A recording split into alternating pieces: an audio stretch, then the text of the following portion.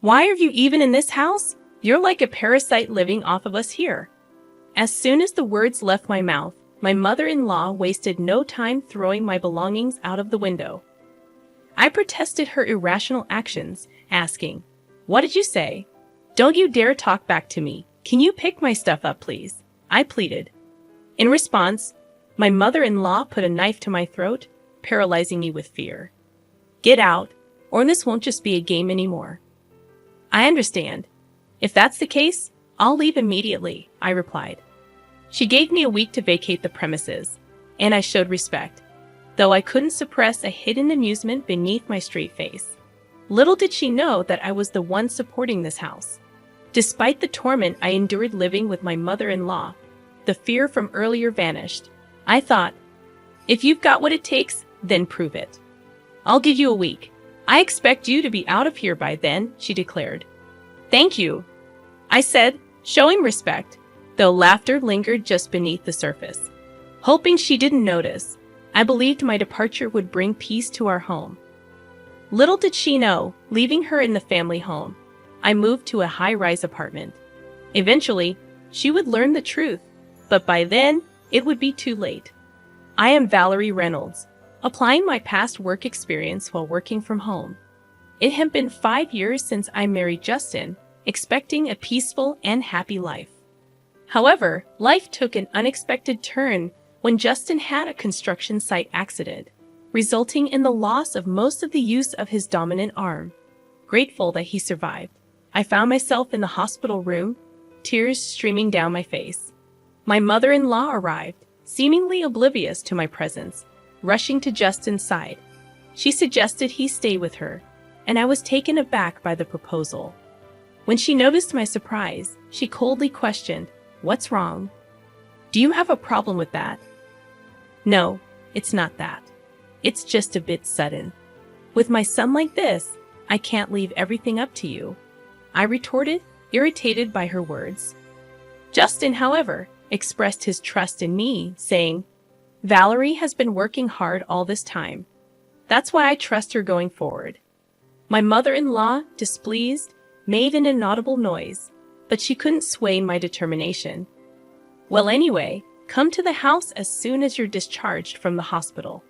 Of course you're invited, Valerie. That goes without saying." I could predict what would happen if everything were left up to my mother-in-law. "By the way, Valerie, I'm leaving all the moving arrangements to you." "Everything? That's a bit much," my husband chimed in. "It's too much for one person to handle alone. Mom, please help her out." I hoped he would insist more strongly, but it seemed my mother-in-law had no intention of helping and ignored my husband's words. "I have my own things to do, you know," she smirked at me, unnoticed by my husband. It felt ominous, and so began our life living with my mother-in-law.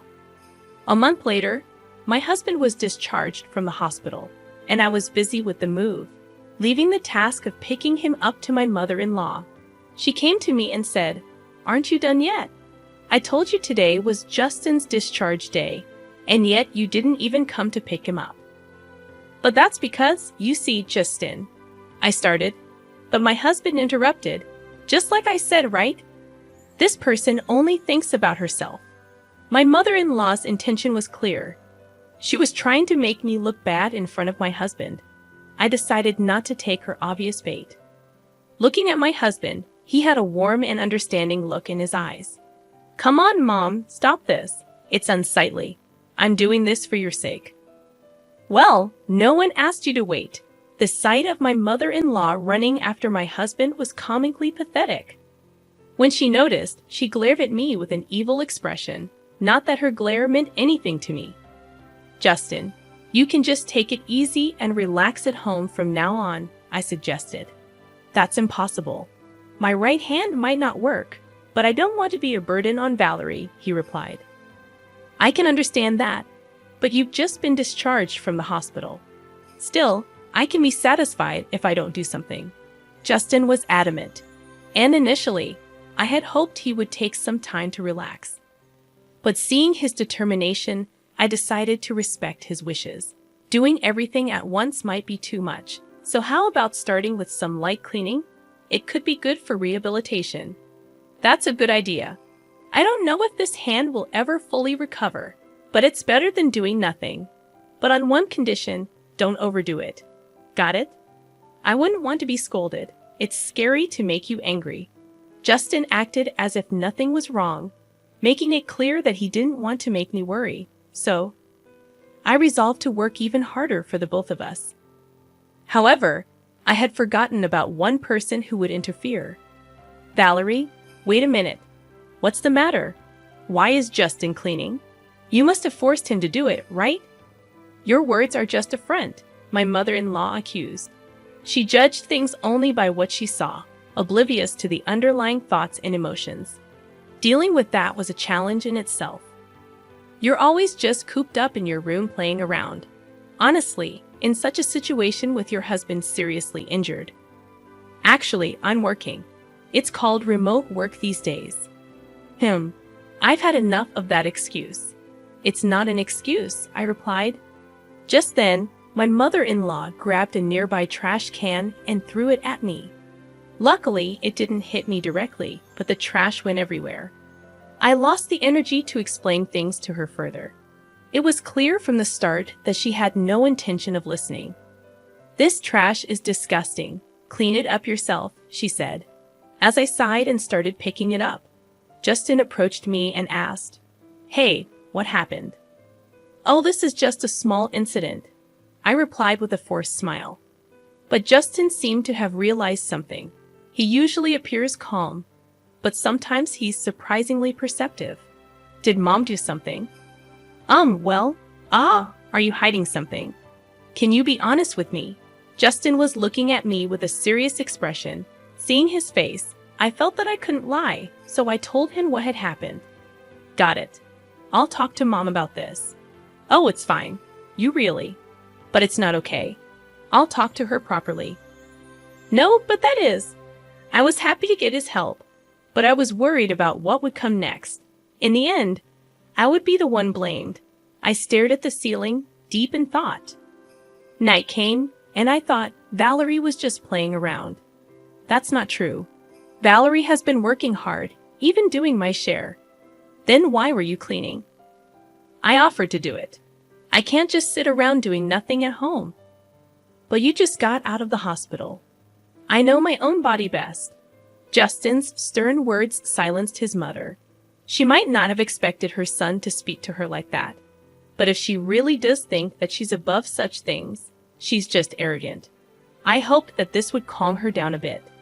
That day, Justin went out for rehabilitation, leaving me alone with my mother-in-law. As I was working in my room as usual, she showed up. "Can we talk?" "Sorry, can you wait just a bit, about 15 more minutes?" "No, I can't wait right now." "All right, I'm coming." I hurried along and went to the living room where an unknown woman was waiting for us. "Excuse me, who is this?" "Have a seat first. We'll talk after that." I had no choice but to follow my mother-in-law, but I couldn't grasp the situation. As I was trying to figure it out, the woman started speaking. "So this is the one you were talking about, the wife who just plays around without working?" "Yes, it's true." My mother-in-law was laughing eerily. "So you realize that you're an unnecessary presence in this house." "What are you talking about?" Looking around, I saw them sighing. I didn't understand. Suddenly confronted by a stranger and put down as the target of blame. If I could, I would have left that place in an instant. "Don't you understand? Unnecessary people are not needed here." "What do you mean?" "Everyone answers that way." More perplexing questions followed. They kept insisting on how incompetent I was. Enduring such accusations could mentally exhaust anyone. Isn't it time you realized your place? Shouldn't I be asking you how dare a daughter-in-law toy her mother-in-law, spending time on such unproductive things? Isn't it a waste of time? What the nerve of a daughter-in-law, really now? I felt like I was reaching my limit. I didn't know what my mother-in-law would do if she got angrier. That's when I came up with an idea. "Oh, isn't it about time that Justin comes back from rehab? Is it that time already?" Just then, the unknown woman left quickly. I'll come again soon. Okay, I'll be waiting for you. Let's talk again. My mother-in-law and her friend were fooled. In reality, Justin wouldn't be home for another hour. It was just getting good. Speaking of which, who was that woman? I finally asked a question that had been on my mind. That's Susan, a close friend of mine. She wanted to meet you after hearing about you. It wasn't hard to guess how my mother-in-law had introduced me. Probably as a useless wife who does nothing but play around. I pitied my mother-in-law for doing nothing else but that. So that's the case.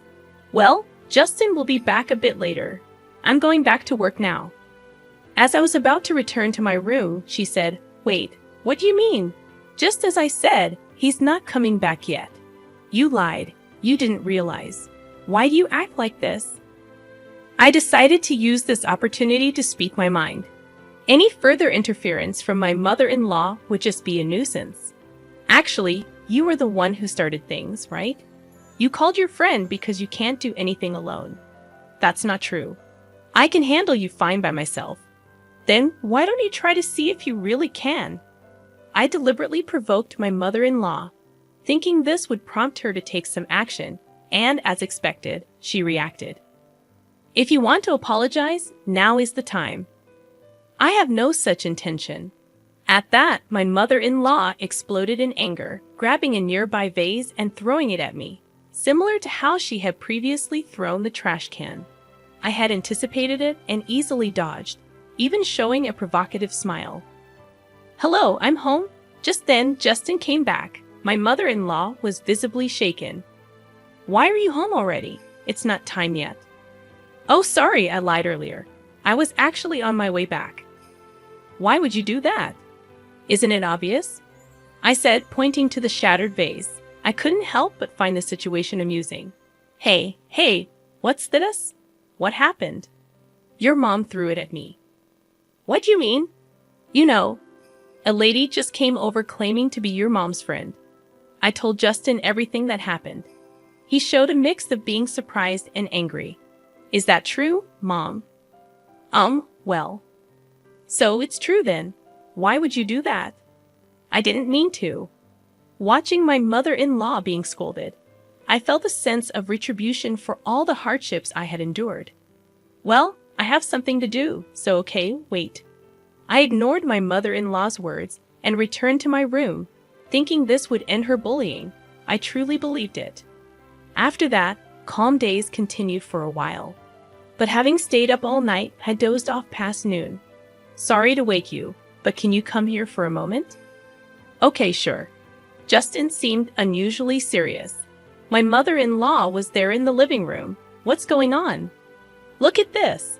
I looked at the table to find a disassembled plastic model scattered about. It was one of Justin's hobbies, and he had treasured it. When I came home, it was like this. Do you know anything? No, I have no clue. I couldn't think of any reason for it. This plastic model was in my father-in-law's room before, but of course, I hadn't been in that room today, nor had entered it recently. Someone must have broken it for it to be like this. My eyes naturally turned towards my mother-in-law. She was the only suspect. My mother-in-law had a strange, eerie smile on her face, like she was possessed. I understood the situation. Even if someone broke it, I was out. I met Justin on my way back from Susan's place, remember? Yes, but... And then I found this in the room.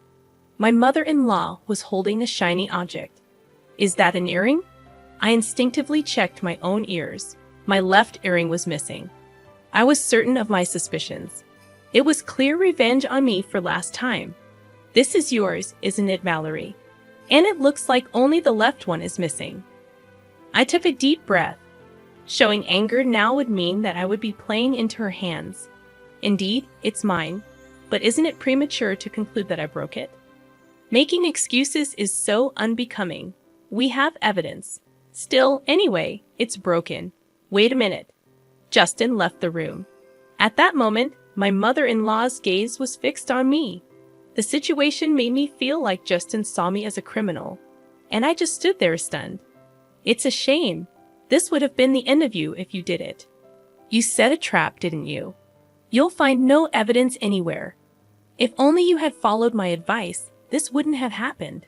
If I explain things to him properly, he'll understand, will he? Her words became reality. No matter how much I insisted to Justin that it wasn't my fault, he wouldn't take me seriously. Wait, I haven't done anything wrong. Maybe. I get it. He immediately averted his gaze. Laughter echoed from behind us. See? I told you so. What does that matter? It's sad that you don't want to admit defeat. After that, I immersed myself in work. It was almost like escaping from reality. Conversations with Justin became less frequent, and about 2 weeks went by. During this time, my mother-in-law seemed quite pleased with herself. You seem down lately. Is there something troubling you? There's no need for you to worry. Please stop. It's too late for that. Acting tough is useless. On this day, my mother-in-law was in an especially good mood. My feeling of foreboding came true, eventually becoming reality. It happened while I was cleaning the room. Why are you even in this house? You're like a parasite living off of us here. What's gotten into you all of a sudden? You always talk back, such a noisy daughter-in-law. After saying that, she threw my belongings out of the window. What are you doing? I protested her insane actions, questioning what had gotten into her. You're too noisy, always talking back. Can you pick my stuff up, please? I said, hoping for some reason to prevail. But as I said that, my mother-in-law put a knife to my throat. I was frozen in fear, unable to move. It's better if you stay still. A normal person wouldn't do this, I managed to utter, but my mother-in-law was clearly deranged. If you don't leave now, next time it won't be just a joke. I understand. I'll leave, I said, realizing that staying would only drag me further into her madness. You have a week. Leave before then, thank you. It was evident that staying would only worsen things. In her madness, my mother-in-law didn't understand who truly supported this house.